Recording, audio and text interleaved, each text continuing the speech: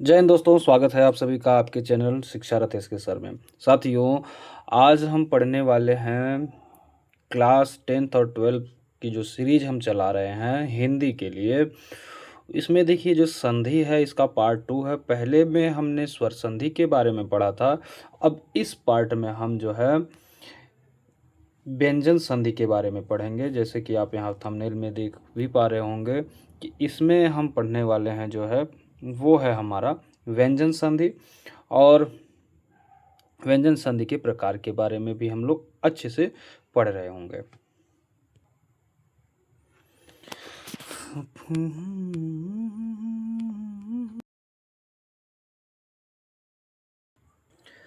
आइए दोस्तों, हम शुरू करते हैं। आज हम व्यंजन संधि के बारे में डिटेल में पूरा पढ़ेंगे। और आपको अगर वीडियो पसंद आए तो चैनल को लाइक, सब्सक्राइब और वीडियो को शेयर जरूर करें। व्यंजन संधि होती क्या है, आइए इसके बारे में समझते हैं। व्यंजन संधि, यदि किसी व्यंजन के बाद स्वर आ जाए या स्वर के बाद व्यंजन आ जाए अथवा व्यंजन के बाद व्यंजन ही आए तो व्यंजन के उच्चारण और लेखन में जो परिवर्तन होता है उसे व्यंजन संधि कहते हैं। यानी कहने का मतलब ये है, यदि किसी भी शब्द में क्या आता है, जब जहाँ से हम संधि बना रहे होते हैं, स्वर व्यंजन के साथ में स्वर आए या दोनों व्यंजन आ जाएं, ठीक है, तो वहाँ पे हमारा बनता क्या है, व्यंजन संधि। आइए समझते हैं इसके बारे में डिटेल में। व्यंजन संधि के नियम क्या है, इन सारे नियम को पढ़ेंगे। व्यंजन संधि का जो पहला प्रकार होता है जिसको हम कहते हैं जसत्व व्यंजन संधि। आइए जसत्व व्यंजन संधि को समझते हैं।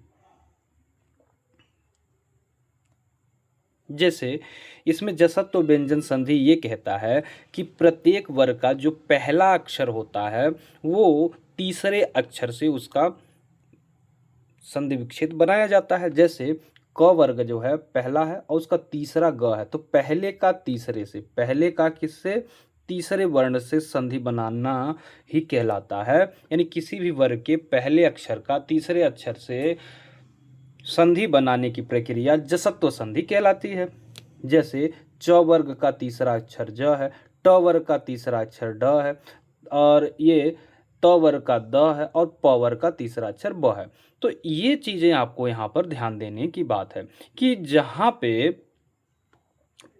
पहला वर्ग का जो पहला अक्षर है वो तीसरे अक्षर से जब संधि बनाएगा तो वहाँ पे क्या होगा, जसत्व संधि। आइए समझते हैं इसके बारे में डिटेल में।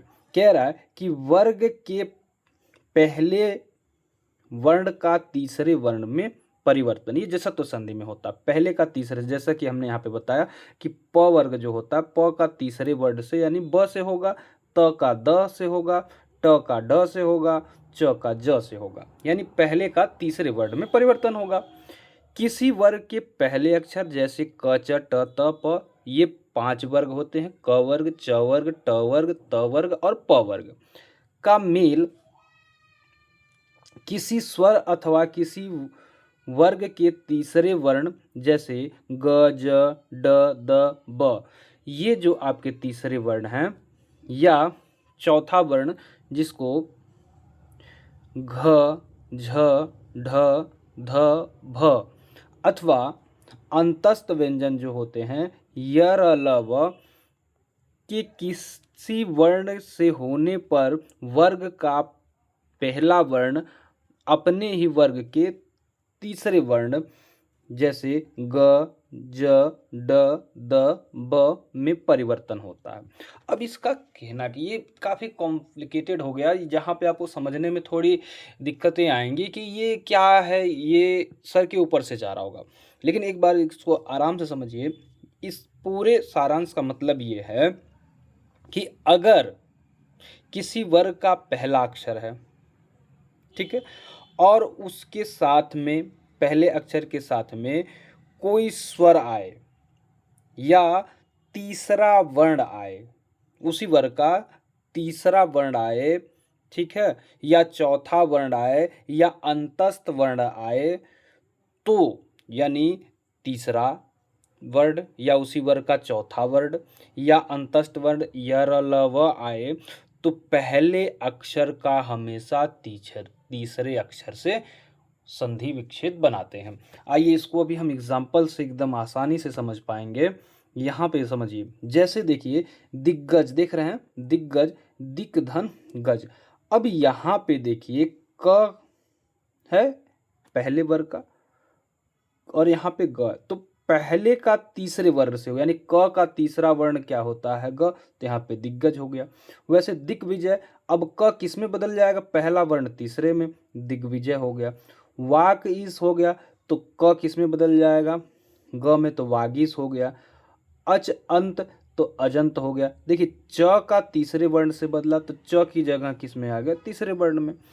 और आपको बताए भी हैं हम कि यहाँ पे क्या होगा कि पहले वर्ग का तीसरे वर्ग से बनेगा, यानी वर्ग का पहला अक्षर हमेशा तीसरे से बनाता है। जैसे यहाँ अच धन आदि है तो ये वर्ग का पहला अक्षर है च और उसके बाद आया स, मतलब आ गया, तो ये कहें कि स्वर भी अगर आएगा, यानी पहले अक्षर के बाद अगर स्वर आता है, क च ट त मीन्स कोई भी हो, उसके पहले जो शब्द का पहला अक्षर है दूसरे शब्द का, वहाँ पे अगर स्वर आए, जैसे कि आप यहाँ देख रहे हैं स्वर आता है तो भी वहाँ पे तीसरे अक्षर से बनाते हैं। देखिए च का ज हो गया, ठीक है।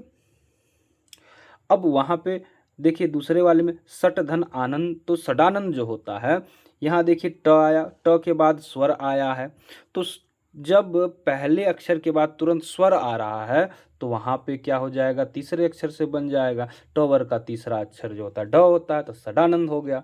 वैसे यहाँ पे देखिए ट यहाँ भी ड में बदला हुआ है। अब आगे देखिए भगवत धन भजन। अब भगवत धन भजन में देखिए यहाँ पे त है, वर्ग का पहला अक्षर त है।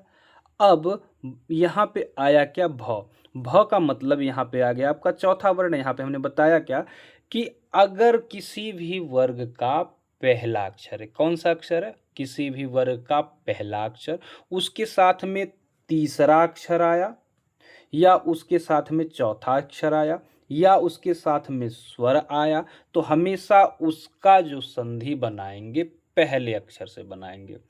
अब हम समझ पा रहे हैं कि आपको ये बातें यहाँ पर क्लियर हो गई होंगी कि अगर क च ट त प ये 5 जो अक्षर हैं, पांचों वर्ग के पहले पहले अक्षर हैं, अगर इन अक्षरों के बाद, यानी समझ रहे हैं, आधा क, आधा च, आधा ट, ठीक है, आधा त और आधा प, अगर आया है पहले शब्द के अंत में, तो उसके अगर ठीक बाद कोई स्वर आ जाए, कोई स्वर आए या वर्ग का तीसरा चौथा अक्षर आ जाए, चाहे तीसरा अक्षर आए या चौथा अक्षर आए, या य र ल व इन चारों में से कोई आ जाए, तो हमेशा उसका तीसरे अक्षर से बनेगा, हमेशा उसका उसी वर्ग के तीसरे अक्षर से बनेगा।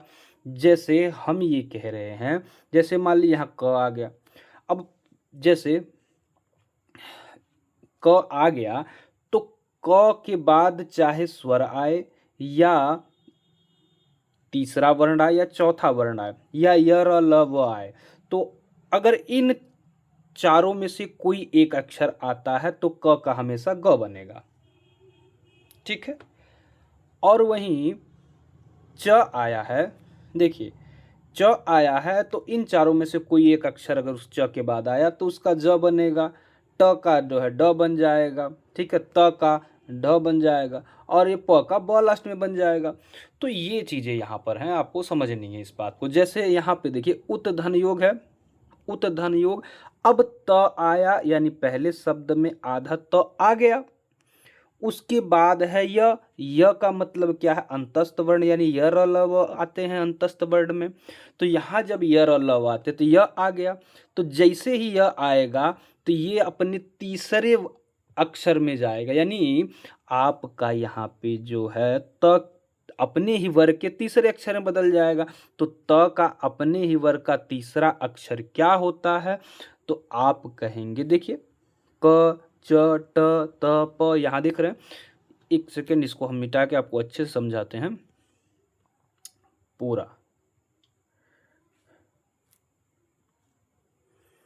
क्लियर है?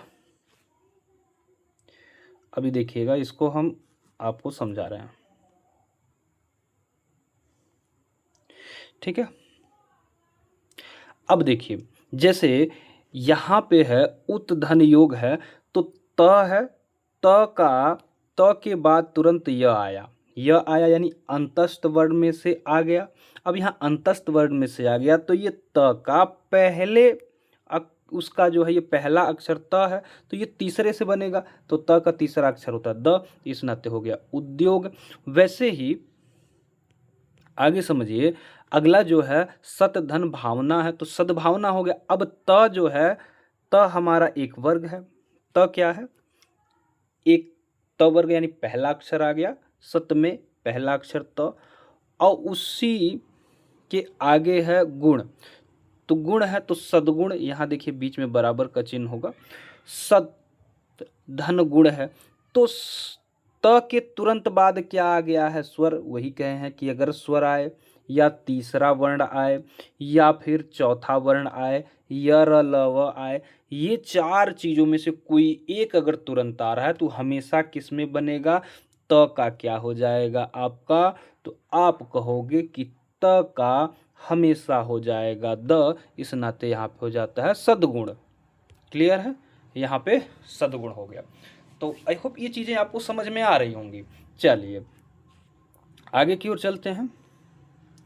नेक्स्ट है दूसरा जो इसका नियम है, आइए समझते हैं दूसरा रूल क्या कहता है। देखिए,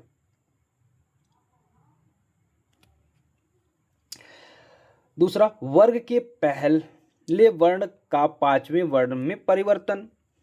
अब यहां क्या होगा, पहले अक्षर का पांचवें में, पहला नियम हमने पढ़ा है कि वर्ग के पहले अक्षर का तीसरे में परिवर्तन हो रहा था, और वो कब हो रहा था कि अगर किसी भी संधि विच्छेद में, जब संधि विच्छेद कर रहे होते हैं, पहले शब्द का अगर उसका पहला जो शब्द है उसका अंतिम वर्ण जो आ रहा है वो क च ट त प में से अगर कोई एक अक्षर यानी वर्ग का पहला अक्षर है, क्योंकि ये क च ट त प जो होते हैं वर्ग के, किसी भी वर्ग के पहले अक्षर हैं। अब ये पहले अक्षर जो होते हैं उसके बाद अगर स्वर आ रहा था उसमें, या फिर स्वर के साथ या तीसरा अक्षर या चौथा अक्षर या य र ल व यानी अंतस्थ वर्ण आ रहे थे, तो वो तीसरे से बदल जा रहा था। लेकिन यहाँ पे थोड़ा सा अंतर है कि किसी वर्ग का के पहले वर्ण यानी क च ट त प का मेल किसी अनुनासिक वर्ण, अब समझिए यहाँ पे अनुनासिक वर्ण यानी वस्तुतः केवल क्या होते हैं, न और म। वास्तव में देखेंगे कि न और म जो होंगे, ठीक है, यानी ये जो अनुनासिक वर्ण यानी पांचवें वर्ण हो, तो उसे उसके स्थान पर उसी वर्ग का पांचवा अक्षर जैसे य ण न और म हो जाता है। जैसे अब देखिए, क का क्या हो जाएगा, अंगा हो जाएगा, यानी पहला क्या बदलेगा, पांचवें में क का अंगा, च का इया हो जाएगा, ट का ण हो जाएगा, त का न हो जाएगा, प का म हो जाएगा। ये बातें आपको समझ में आई होंगी कि क्या है कि पहले अक्षर का पांचवा हो रहा है, यानी क का पांचवा अक्षर क वर्ग का अंगा होता है, प वर्ग का म होता है, त का न होता है, और द का ये ट का जो है ण होता है, और च का इ होता है। तो ये आपके पांचवें अक्षर हैं, ये आपको पता है। क्लियर है यहाँ तक? आगे समझते हैं। जैसे देखिए, यहाँ देख रहे हैं वाक धन मय। अब वाक धन मय है, पहला अक्षर आया यानी क आ गया, और उसके बाद में क्या आ गया आपका म।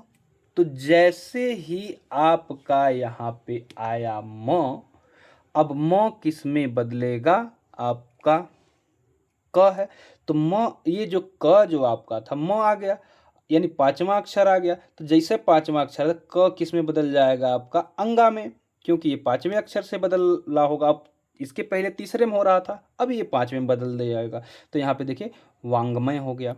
आगे देखिए वाक धन मात्रा, मात्र, तो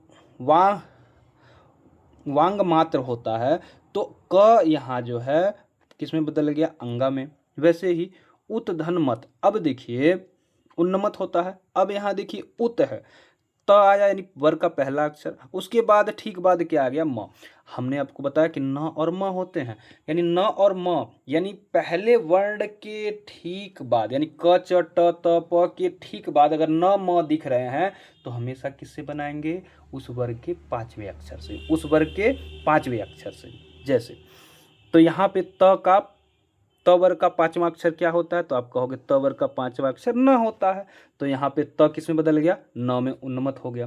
वैसे तत धनमय है, अब यहाँ देखिए तत त है, त किस में बदलेगा, त के बाद तुरंत म आ गया, यानी न और म बताएं, केवल न और म में से अगर न और म आ गया तो उसके ठीक बाद न और म आया है, तो त अपने वर्ग के पांचवें अक्षर में बदलेगा, तो त का पांचवा अक्षर क्या होता है, न, तो तन्मय हो गया। ठीक है, यहाँ पे क्या हो गया आपका, तन्मय हो गया। अब देखिए यहाँ पे है चित धनमय, चिंतमय है, अब यहाँ त है, त के बाद ठीक म है, तो त के बाद जब ठीक म आ गया तो त किस में बदलेगा, न में, क्योंकि त का पांचवा अक्षर क्या होता है, न होता है। वैसे जगत धननाथ है, अब देखिए त किस में बदल जाएगा, यहाँ पर न में, क्योंकि त के बाद ठीक न आया है, तो अब ये त किस में बदलेगा, न में बदल जाएगा, क्योंकि न त का पांचवा अक्षर न है। अब देखिए दो चीजें हमने पढ़ी कि तीसरे से बदलना और पांचवें से बदलना, तो पांचवें का सीधा रूल ये है कि क च ट त प, इनमें से अगर कोई अक्षर पहले वर्ण आ रहा है और उसके ठीक बाद आपको न और म मिल जाए, यानी क च ट त प के बाद न और म दिख जाए, तो हमेशा उस वर्ग के पांचवें अक्षर से बनाइएगा। जैसे अब एक बार इसको ध्यान से जरा आप लोग समझ लीजिए ये कहना क्या चाहता है। देखिए कहने का इसका अर्थ ये है कि अगर क आ गया और उसके ठीक बाद न और म है तो क का अंगा हो जाएगा। अगर च आया तो च के ठीक बाद अगर न म है तो इया हो जाएगा। ठीक है, अगर ट आया तो ट के ठीक बाद अगर न म है तो ट का ड़ हो जाएगा। क्लियर है। वहाँ देखिए अगर त है तो त के ठीक बाद न म है तो उसका न हो जाएगा। अगर प है तो प के ठीक बाद अगर न और म है तो इसका म हो जाएगा। ये चीज़ें आपको याद रखनी है, यानी क च ट त प के बाद अगर आपके न और म आते हैं तो उसी वर्ग के पांचवें अक्षर से आप बना रहे होंगे। क्लियर है। आगे यहाँ तक चीज़ें आपको अच्छे से समझ में आई होंगी।